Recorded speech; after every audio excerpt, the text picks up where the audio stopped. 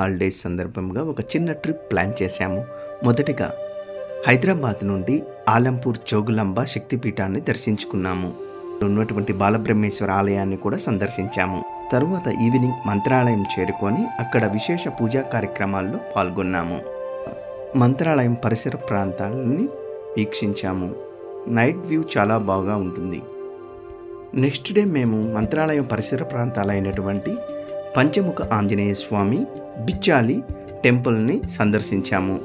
బిచ్చాలి మరియు పంచముఖ ఆంజనేయ స్వామి మంత్రాలయానికి 15 కిలోమీటర్స్ దూరంలో ఉంటాయి. ఈ రెండు పుణ్యక్షేత్రాలు కూడా తుంగభద్ర నది ఒడ్డున వెలసి ఉన్నాయి. వచ్చిన యాత్రికులు తప్పకుండా ఈ యొక్క 2 పుణ్యక్షేత్రాలని సందర్శించుకుంటారు.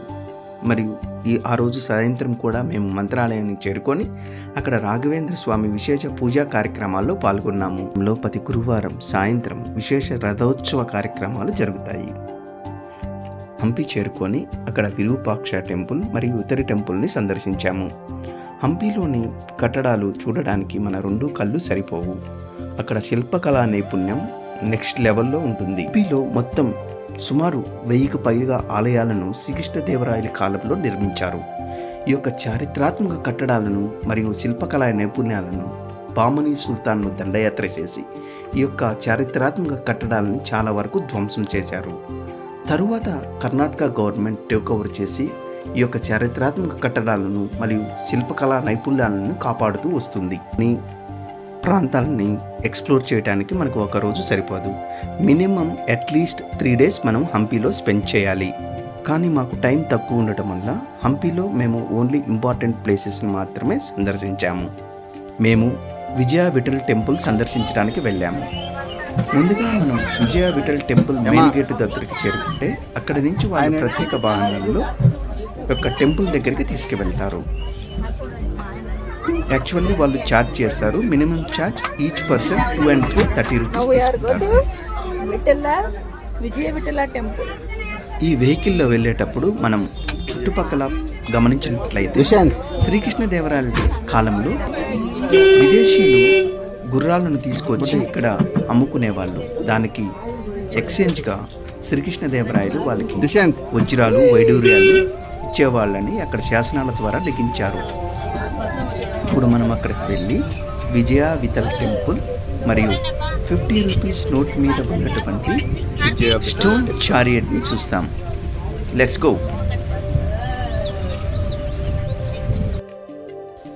ఇదే 50 రూపీస్ మీద ఉన్నటువంటి స్టోన్ చారియట్. తర్వాత మేము విజయ విఠల్ టెంపుల్ పరిసర ప్రాంతాల్లో ఉన్నటువంటి ప్రాకార మండపాలు మరియు అక్కడ మ్యూజిక్ స్తంభాలను సందర్శించాము. ఆల్మోస్ట్ క్లోజింగ్ టైం దగ్గర పడుతుండటంతో అక్కడ ఉన్నటువంటి సెక్యూరిటీ గార్డ్స్ అక్కడ ఉన్నటువంటి యాత్రికులను మొత్తం ఖాళీ చేస్తూ ఉన్నారు. ఇక్కడ కనిపిస్తున్నటువంటి గన్నేరు వృక్షం సుమారు 150 సంవత్సరాల నుంచి ఇక్కడ ఉంది. కానీ ఇక్కడ ఇంపార్టెంట్ థింగ్ ఏంటంటే ఎటువంటి వాటర్ లేకపోయినప్పటికీ ఈ ప్లాంట్ చాలా బాగా గ్రో అవుతుంది.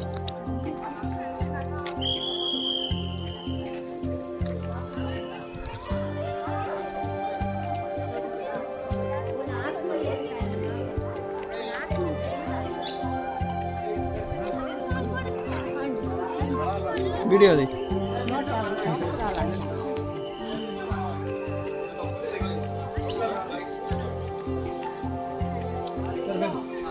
ఇక్కడికి మేము డైరెక్ట్గా రావటం వల్ల చాలా టైం, బట్ ఉన్న తక్కువ సమయంలో కూడా మేము విజయ విఠల్ టెంపుల్లో అన్ని ప్లేసెస్ని బాగా ఎక్స్ప్లోర్ చేశాము.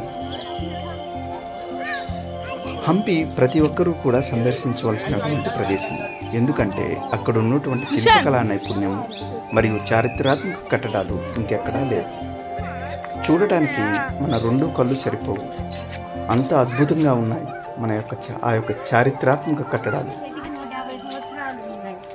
కానీ బామనీ సుల్తాన్లు దండయాత్ర చేసి ఈ యొక్క అద్భుతమైన కట్టడాలను వారు చారిత్రాత్మక కట్టడాలను నాశనం చేశారు.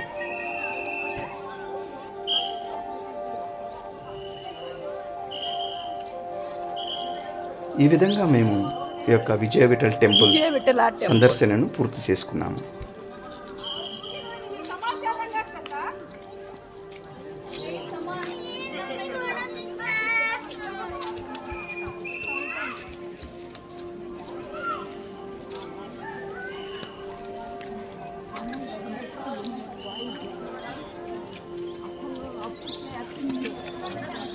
ఎవరైనా హంపి చూడాలి అనుకుంటే ఖచ్చితంగా వెళ్ళి చూడండి. ఎందుకంటే ఈ చారిత్రాత్మక కట్టడాలు ఆల్మోస్ట్ శిథిలావస్థకి చేరుకున్నాయి. రేపటి రోజున ఈ యొక్క కట్టడాలు ఏ విధంగా ఉండొచ్చు, లేకంటే ఇంతకన్నా దారుణంగా తయారవ్వచ్చు. కావాలంటే ఇప్పుడే వెళ్ళి వాటిని సందర్శించండి. డిన్నర్‌కి మేము మ్యాంగో ట్రీ రెస్టారెంట్‌కి వెళ్ళి అక్కడ రుచులను ఆస్వాదించాము. And food is very nice. చాలా బాగుంది. హంపీలో ఇదొక్కే హోటల్ అనుకుంటా ఉండేది. కానీ ఐటెమ్ చాలా బాగున్నాయి. Thank you.